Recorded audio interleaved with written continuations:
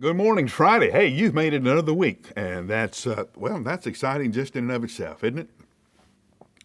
I watch football all the time. In fact, I watch stuff about football even when football's not being played, and I'm learning about the teams and who traded for whom and who drafted whom, and it's always interesting to watch a starting quarterback when the team drafts another quarterback. And they'll say, well, we want the older, more mature quarterback to train the younger quarterback. They never do that. The older quarterback never helps the younger quarterback. This guy is trying to take my job. He's trying to take food out of my refrigerator. And if he beats me out of my position, then it's going to cost me money and it's going to ruin my career and end my career before I'm ready for it to be ended. So I'm not going to help him at all. And every team has all kinds of stories about the jealousy and the pettiness between the starting quarterback and the backup quarterback. The starting quarterback won't help the new rookie quarterback.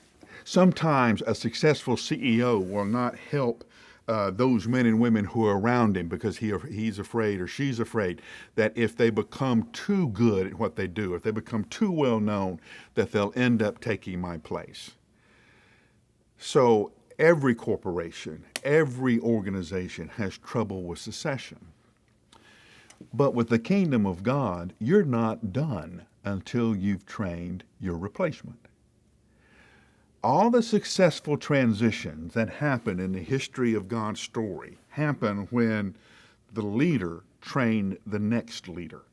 Moses trains Joshua. Elijah trains Elisha. Paul trains Timothy.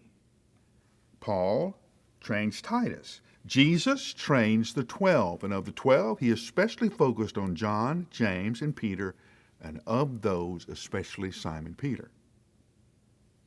The next generation is trained. You're not done until the next generation is trained. Why? Because you and I won't be here forever.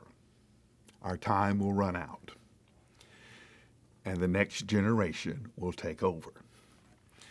The legacy you leave will not be the amount of property you acquired, the amount of money you made, or how much you owned or how famous you were. The only legacy you will leave will be what you have invested in the life of someone else. That's it.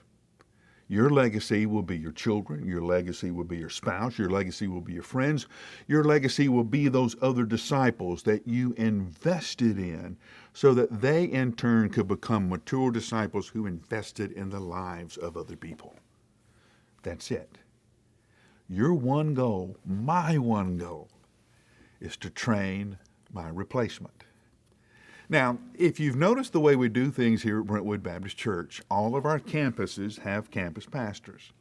And yes, we are training them. One of them most likely will be my replacement.